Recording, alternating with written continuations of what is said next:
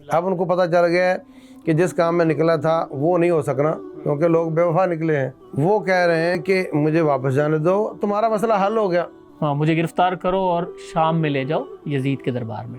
وہ دیکھے گا خط کس نے لکھے تھے، تو ہم پھنس جائیں گے۔ جنگ کے کچھ حالات نہیں تھے، جب انہوں نے ظلم کی ٹھان لی تو اب انہوں نے اپنا دفاع کیا۔ دیکھو، جب آپ کسی کا گلا کاٹنا چاہ رہے ہو تو پانی بند کرنا کوئی بڑا جرم ہے۔ اللہ ان سب کو غارت کرے جنہوں نے ظلم کیا۔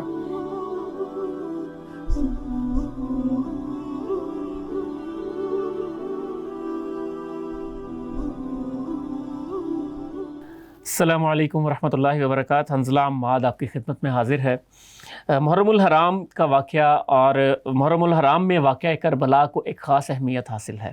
یہ وہ واقعہ ہے جس میں نبی کریم صلی اللہ علیہ وسلم کے نواسے کو شہید کر دیا گیا۔ میرے جیسا ایک طالب علم آدمی اگر یہ چاہے کہ میں پڑھوں یا میں دیکھوں کہ واقعہ کربلا ہوا کیا تھا اور یہ مکمل واقعہ کیا ہے، تو بدقسمتی سے اسے مواد نہیں مل پاتا، یا تو بہت موٹی ضخیم کتابیں پڑھنی پڑتی ہیں، یا اگر وہ کسی کے پاس جاتا ہے تو دو انتہاؤں میں سے ایک انتہا اس کو سننی پڑتی ہے۔ لیکن آج ہماری خوش قسمتی ہے کہ ہمیں اسی مقصد کے لیے آج جوائن کیا ہے مفتی محمد یوسف تیبی صاحب نے، کہ وہ آج ہمیں واقعہ کربلا اصل میں ہوا کیا تھا یہ وہ بیان فرمائیں گے۔ السلام علیکم ورحمۃ اللہ۔ شیخ صاحب بہت شکریہ۔ جس طرح میں نے کہا ہے کہ یہ حقیقت ہے کہ واقعہ کربلا بیان ہوتا ہے لیکن وہ دو انتہاؤں میں ہی ہوتا ہے، یا تو ایک انتہا پہ نکل جاتے ہیں یا دوسرے انتہا پہ۔ میرے جیسا طالب علم حیران رہ جاتا ہے کہ بھائی اصل میں واقعہ کیا تھا، بھائی ہمیں تو آج تک پتہ ہی نہیں چلا، اور ڈر کے مارے زبان بھی نہیں کھول پاتے، چپ رہتے ہیں ڈرتے کہ یار پتہ نہیں کوئی الٹی سیدھی بات نہ کر دیں۔ تو گزارش ہے کہ یہ واقعہ کربلا تو ہمارے سامنے آج بیان کریں کہ یہ اصل میں ہوا کیا تھا۔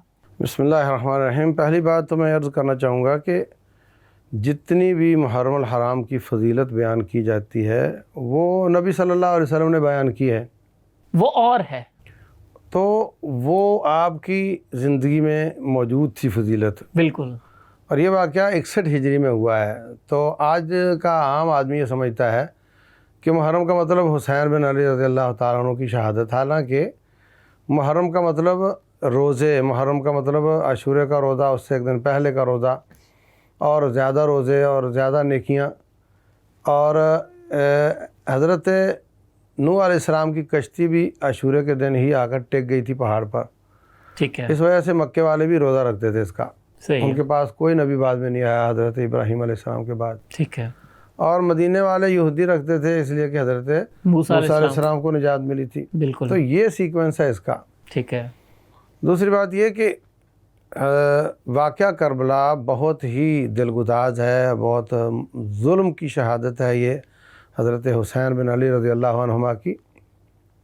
مظلوم شہید ہیں وہ، ان کی شان بہت بلند ہے، وہ جنت کے شہزادے ہیں اور جوانوں کے سربراہ ہیں، اور وہ جنتی ہیں، اور ان کا بہت اعلیٰ مقام ہے۔ بالکل۔ رسول اللہ صلی اللہ علیہ وسلم کی وہ خوشبو ہیں، اس میں کوئی شک نہیں ہے۔ اور جنہوں نے ان پر ظلم کیا وہ بہت ہی بدبخت ہیں اور بہت ہی زیادہ مذمت کے لائق ہیں، اس میں کوئی شک نہیں ہے۔ بالکل۔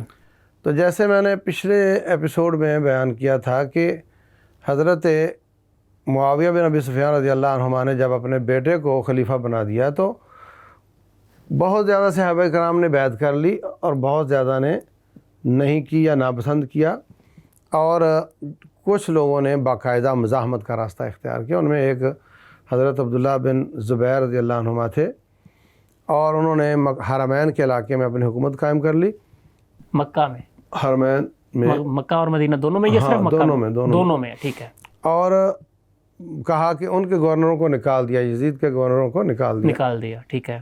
اور حضرت حسین رضی اللہ عنہما نے بھی یہ راستہ اختیار کیا، اور انہوں نے ان کو، جو ان کے والد صاحب تھے کوفہ میں، تو وہاں ان کی حمایت زیادہ تھی، تو انہوں نے خط لکھے کہ آپ ہمارے پاس آ جائیں، کوفہ والوں نے، تو ہم آپ کا ساتھ دیں گے، تو ہم بھی ان کے گورنر کو قبول نہیں کریں گے، ٹھیک ہے، اور ہم بھی اس روش کو نہیں چلنے دیں گے کہ باپ کے بعد بیٹا خلیفہ ہو سکتا ہے۔ میرا خیال ہے تھوڑا سا اس میں فرق نہیں ہے حضرت عبداللہ بن زبیر اور حضرت حسین رضی اللہ عنہ کے طریقہ کار میں، یعنی ان کا تو باقاعدہ مسلح ایک انداز تھا جس میں انہوں نے یعنی بزور طاقت قبضہ کیا، حضرت حسین تھوڑا پولیٹیکلی چل رہے ہیں؟ نہیں، انہوں نے بھی وہی کام کا ٹھانی تھی نا کہ میں وہاں جا کر مضبوط ہوں گا، طاقت پکڑوں گا، جی ٹھیک ہے، کوفے میں ان کے گورنر کو نہیں آنے دیں گے ہم. ٹھیک ہے، تو اوکے. اس طریقے سے ہم نا اس روش کو واپس کر دیں گے، یعنی یہ وراثت نہیں ہونی چاہیے. وراثت نہیں ہونی چاہیے. ٹھیک ہے.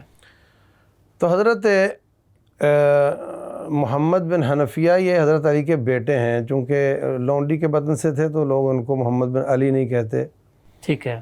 یہ حقیقی بیٹے ہیں. انہوں نے اپنے بھائی حسین کو بہت منع کیا کہ آپ نہ جائیں. مت جائیں آپ، کوفے والے قابل اعتبار نہیں ہیں. ٹھیک ہے. اور پھر کہا کہ میں آپ کی سواری کے آگے لیٹ جاتا ہوں اگر آپ رک سکتے ہیں تو. حضرت عبداللہ بن عباس نے بھی منع کیا رضی اللہ عنہما، اور حضرت عبداللہ بن زبیر رضی اللہ عنہما کہنے لگے کہ آپ یہاں آ جائیں، یہ حکومت سنبھالنے میں چھوڑ دیتا ہوں. یعنی حرمین کی. لیکن آپ ہماری آنکھوں کے سامنے ہوں گے، ہم آپ کے سپاہی ہوں گے، ہم آپ کی حفاظت. ہم مطمئن رہیں گے. آپ کو وہاں بھیجنے میں، وہاں جانے میں ہمارا دل مطمئن نہیں ہے. یعنی آپ کوفہ نہ جائیں. کوفہ بالکل نہ جائیں. آپ کا جو مقصد ہے کہ اس روش کو ختم کرنا ہے تو آپ یہاں سے شروع کریں، ہم آپ کے ساتھ دیتے ہیں، ٹھیک ہے. لیکن آپ وہاں نہ جائیں. صحیح ہے. وہ لوگ وفادار نہیں ہیں. ٹھیک ہے. کہنے لگے اگر آپ سب یہ بات کرتے ہو نا تو میں ان کی وفا چیک کر لیتا ہوں. ٹھیک ہے. اچھا، ان کی یہاں سے لے کر شہادت تک ان کے عزم مختلف ہوتے رہے ہیں حضرت حسین رضی رضی اللہ عنہ. اللہ عنہ کے. ٹھیک ہے. یہاں تک تو عزم تھا کہ ہم نے یہ باپ کے بعد بیٹے والی روش نہیں چلنے دینی، خلافت کے بعد ملوکیت نہیں آنے دینی. ٹھیک ہے. تو کہا میں مسلم بن عقیل کو بھیجتا ہوں. عقیل حضرت علی کے بھائی تھے، تو ٹھیک یہ ہے. کزن تھے ان کے. یعنی ان کے چچا زاد تھے. وہ انشور کریں گے کہ یہ جو خط لکھے ہیں اور یہ لوگ میرے ساتھ ہیں یا نہیں. گراؤنڈ ریالٹی بتائیں گے مجھے، ایکچوئل وہاں کی کیا ہے. اچھا، یہ وہاں گئے، انہوں نے جا کر لوگوں سے رابطہ کیا، لوگوں نے بڑا والہانہ استقبال کیا اور کہا کہ بالکل بالکل ہم نے خط لکھے ہیں اور ہم ان کے ساتھ ہیں. تو انہوں نے خط جواب بھی لکھ دیا کہ بھائی بالکل سچی بات ہے اور یہ لوگ وفادار ہیں اور آپ آ جاؤ. اس کے بعد پتہ چل گیا وہاں کی حکمران پارٹی کو کہ وہ آئے ہوئے ہیں. کہ سب ہونے کے بعد ہاں، حضرت مسلم بن عقیل خط لکھ چکے ہیں حضرت حسین رضی اللہ عنہ کو، اور اس کے بعد ان کو حکمرانوں کو پتہ لگا. ہاں، تو انہوں نے ان کو پکڑا اور ان کو شہید کر دیا. مسلم بن عقیل رضی اللہ عنہ کو. ادھر سے حضرت حسین رضی اللہ عنہ نکل چکے ہیں، تھوڑا سفر کر چکے ہیں تو پتہ چلا حضرت مسلم شہید ہو گئے. یعنی یہ اس وقت مکہ میں تھے حضرت حسین رضی اللہ عنہ، نہیں، نکل چکے تھے، مکہ سے نکل چکے تھے، سفر میں تھے، راستے میں تھے. اب ان کا عزم یہاں سے یہ ہوا کہ چونکہ سب بھائی منع کر رہے ہیں اور مقصد یہ ہے کہ میں کوئی کر سکوں، جب کر نہیں سکوں گا تو کیوں جاؤں واقعتاً. ٹھیک ہے. سب مجھے منع کر رہے ہیں. تو جس رپورٹ کی بنیاد پر جا رہا تھا وہ رپورٹ تو ہو گئی غلط. اب تو وہ ان کے ہوتے، وہ اس کی حفاظت نہیں کر سکے تو میری کیا کریں گے. ٹھیک ہے. تو مجھے نہیں جانا چاہیے. واپسی کا یا ارادہ کیا، واپسی کا ارادہ کیا. تو مسلم بن عقیل رضی اللہ عنہ کے جو بھائی تھے کہنے لگے جی پھر آپ ٹھیک ہے تشریف لے جائیں، لیکن ہم تو جائیں گے، ہمارا تو بھائی شہید ہوا ہے، ہم اس کا بدلہ لیں گے. ہاں. اب یہاں سے فرمانے لگے لا خیرہ فی حیات بعد قوم، اگر مجھے تمہارے بغیر جینے کا بھی کیا جینا. مطلب میرے بھیجنے پر وہ گئے اور میں پیچھے ہٹ جاؤں، تو یہ نہیں صحیح، میں جاؤں گا. یہ وفا نہیں ہے. ٹھیک ہے. تو اب یہاں سے عزم ان کا ہو گیا ہے قصاص کا، کہ حضرت مسلم بن عقیل کا بدلہ اب ان لینا. کو پتہ چل گیا ہے کہ جس کام میں نکلا تھا وہ نہیں ہو سکنا کیونکہ لوگ بے وفا نکلے ہیں. ٹھیک ہے. اب قصاص کا نیت ہو گئی یہاں سے. ٹھیک ہے. یعنی عزم تبدیل ہو گیا. عزم تبدیل ہو گیا. آگے گئے ہیں تو پتہ چلا کہ نہیں، یہاں تو حالات بہت خراب ہیں، تو کوفہ تو آپ کو نہیں جانے دیں گے. صحیح ہے. یعنی وہاں پہ ناکہ بندی ہے یا مطلب پوری سیکورٹی لگا دی گئی ہے. ٹھیک ہے. اب یہ یہاں سے گھومتے ہیں bypass, Makkah Kufa road کی بجائے کوفہ شام روڈ پر کربلا ہے. ہاں بالکل، نقشے میں بھی یہ اسی طرح نظر آتا ہے، کیونکہ اگر آپ مکہ سے جا رہے ہوں تو کوفہ پہلے آتا ہے، کربلا بعد میں آتا ہے. ہاں، تو یہ انہوں نے بائی پاس لیا، یہاں سے راستہ ڈائیورٹ کیا آپ نے. ڈائیورٹ کر کے اب ان کا ارادہ ہو گیا کہ اب میں جاتا ہوں شام. ٹھیک ہے. شام میں کون تھا؟ یزید بیٹھا ہوا تھا. ٹھیک ہے. شام روڈ پر ان کو پتہ چلا کہ وہ تو ادھر نکل گئے بائی پاس، تو وہ کوفے والے ظالم وہاں سے نکلے اور شام کے راستے میں کربلا میں جا کر ان کو گھیرا انہوں نے۔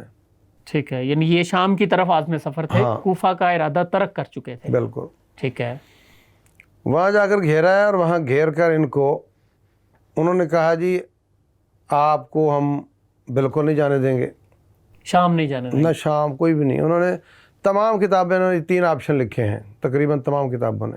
جو جوابی لشکر آیا تھا، جب ان کے مذاکرات ہوئے تو انہوں نے کہا کہ پہلی بات تو یہ کہ مجھے واپس جانے دو، بھلے نہیں یہ نہیں ہو سکتا۔ حضرت حسین رضی اللہ عنہ نے کہا ٹھیک ہے، یعنی حضرت حسین رضی اللہ عنہ نے یہ جو لشکر آگے سے آیا ہے جو یزید کی فوج کا لشکر ہے اس کے ساتھ مذاکرات کیے ہیں، اور اس میں پہلا آپشن یہ حضرت حسین نے دیا کہ مجھے واپس جانے دو۔ وہ صرف لشکر نہیں تھا، وہ کوفی بھی تھے اس میں، اچھا اس میں کوفی بھی تھے، سویلینز بھی تھے۔ ہاں، اب وہ کہہ رہے ہیں کہ مجھے واپس جانے دو، تمہارا مسئلہ حل ہو گیا۔ ٹھیک ہے، کہتے جی واپس نہیں جا سکتے، کیونکہ انہیں یہ ڈر تھا کہ واپس جائیں گے تو عبداللہ بن زبیر کی وہاں پہ حکومت ہے اور وہ اسٹرنتھن ہو جائے گی۔ چلو اچھا، تو پھر دوسرا آپشن یہ ہے کہ مجھے سرحدوں پر جانے دو، وہاں جا کر میں کافروں سے لڑتا ہوا شہید ہو جاؤں۔ یعنی میں اس سے نکل جاتا ہوں اور میں سرحد پہ کسی محاذ پہ جا کے میں اپنا داد شجاعت دیتا ہوں۔ کہا نہیں، یہ بھی نہیں جا سکتے آپ۔ ٹھیک ہے، تیسرا آپشن ہے کہ مجھے گرفتار کر کے اپنے امیر کے پاس لے جاؤ۔ ہاں مجھے گرفتار کرو اور شام میں لے جاؤ یزید کے دربار میں۔ ہاں، کہنے لگے یہ بھی نہیں ہو سکتا، یعنی تینوں ہی نہیں کرنے۔ تینوں نہیں کرنے۔ کیا اس کا کوئی دلائل ملتے ہیں کہ یہ جو مذاکرات میں ہدایات تھیں یہ وہاں کا موجود کا لشکر خود ہی طے کرتا جا رہا تھا یا کوئی پیچھے سے بھی کوئی ہدایات اصل تھی میں اس کے ہوتا پاس؟ پتہ کیا ہے، ہوتا یہ ہے کہ جو تو ریگولر فوج ہوتی ہے وہ تو کسی قاعدے ضابطے کے تحت ہوتی ہے، ٹھیک ہے، کہ ان کا کوئی پوچھنے والا ہوتا ہے، کوئی بتانے والا ہوتا ہے۔ یہ جو سویلین ہوتے ہیں ان کا تو کوئی حساب نہیں ہوتا نا۔ ہاں یہ ایک، اور پھر یہ جو ریگولر فوج بھی ہو تو وہ اس وقت ایسی فوجوں کا رواج تو نہیں تھا جو باقاعدہ اس طرح کی اتنے سال چین آف کمانڈ ہو یا اس طرح کی چیزیں تو نہیں تھی۔ وہ وہاں کے کوفے کے ہی فوجی وہاں سے لیے ہوئے، ان میں وہی لوگ تھے جنہوں نے خط لکھے تھے۔ ٹھیک ہے، اب وہ سمجھتے تھے کہ اگر یہ یزید کے پاس چلے گئے، یزید ان کا تو احترام کرے گا، آل رسول ہیں صلی اللہ علیہ وسلم صاحب، ٹھیک ہے، تو وہ دیکھے گا خط کس نے لکھے تھے، تو ہم پھنس جائیں گے، کٹیں گے، گلے کٹیں گے ہمارے۔ تو ایسا کرو کہ مدعا غائب کرو، یعنی اپنے آپ کو بچانے کی خاطر، اپنے آپ کو بچانے کی خاطر انہوں نے ظلم کیا آل رسول علیہ الصلوۃ والسلام پر۔ ٹھیک ہے، تو ورنہ انہوں نے تو اتنے اچھے آپشن دیے تھے ان کو، مطلب تم سمجھتے ہو کہ ہم تمہاری حکومت کے خلاف اٹھے ہیں، ہم نہیں اٹھتے، بیٹھ جاتے، چلو بس اتنا ہی مقصد ہے، کوئی وعدہ وہی دے لو ہم سے بھائی بس۔ تو ان ظالموں نے وہاں پر ان کو گھیر کر شہید کیا ہے۔ یہ 70-72 لوگ تھے، مختلف روایات میں مختلف آتا ہے۔ 100 ہو جائیں گے بس، ٹھیک ہے، مقابلے میں تو پورا معاشرہ تھا کوفے کے۔ 30,000 کے لشکر کی بات آتی ہے۔ اب کیا نسبت ہے 30,000 کی 150 کے ساتھ؟ بالکل۔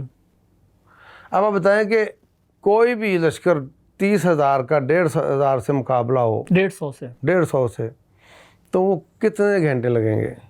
چند گھنٹوں کی بات ہے۔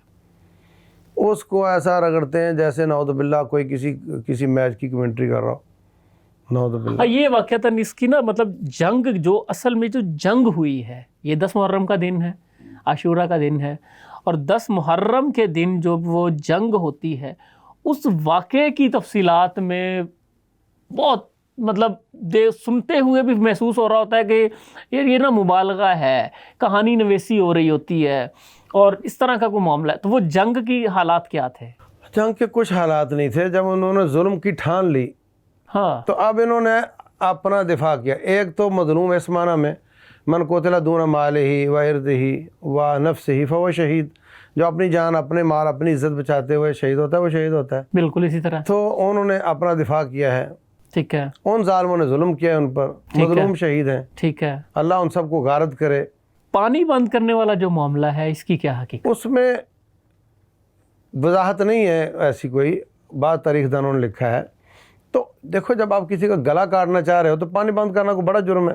بالکل نہیں، اصل میں یہ معاملہ بہت زیادہ فینٹاسائز ہوتا ہے نا ہمارے یہاں، بات یہ ہے بہت کہ زیادہ جب کیا آپ جاتا ہے۔ کسی کو مارنا چاہ رہے ہو، شہید کرنا چاہ رہے ہو، تو اب آپ چاہو گے کہ یہ کمزور سے کمزور تر ہو، پانی بھی بند کرو، راستہ بند، کمک بھی بند کرو، ہر چیز بند کرو، بالکل تو وہ تو ظلم کی انتہا ہے، وہ تو ہے، اس میں کوئی شک نہیں. ٹھیک ہے. لیکن انہوں نے کیا، اور انہوں نے اپنے آپ کو بچانے کے لیے ٹھیک ہے. جن محرکات کی وجہ سے حضرت مسلم بن عقیل کو شہید کیا، وہی محرکات ہیں ان کو شہید کرنے کے.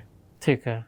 اور اس کے بعد ان کو جسد خاکی یا سر مبارک کو لے کر گئے ہیں یزید کے پاس، اور اس کے بعد لشکر میں موجود تمام افراد جو حضرت امام حسین کے ساتھ تھے ان کو شہید کیا گیا، یا چند کو شہید کیا گیا، چند کو گرفتار کیا گیا، کیا تھا؟ نہیں، جو بچے عورتیں تھیں ان کو نہیں شہید کیا گیا، باقی لوگوں کو شہید کیا گیا، یا کوئی چھوٹے بچے بیمار تھے، کچھ اس طرح کر کے. اچھا، اب اس کے بعد کیا ہوا کہ یزید نے کوئی خوشی کا اظہار نہیں کیا ان پر.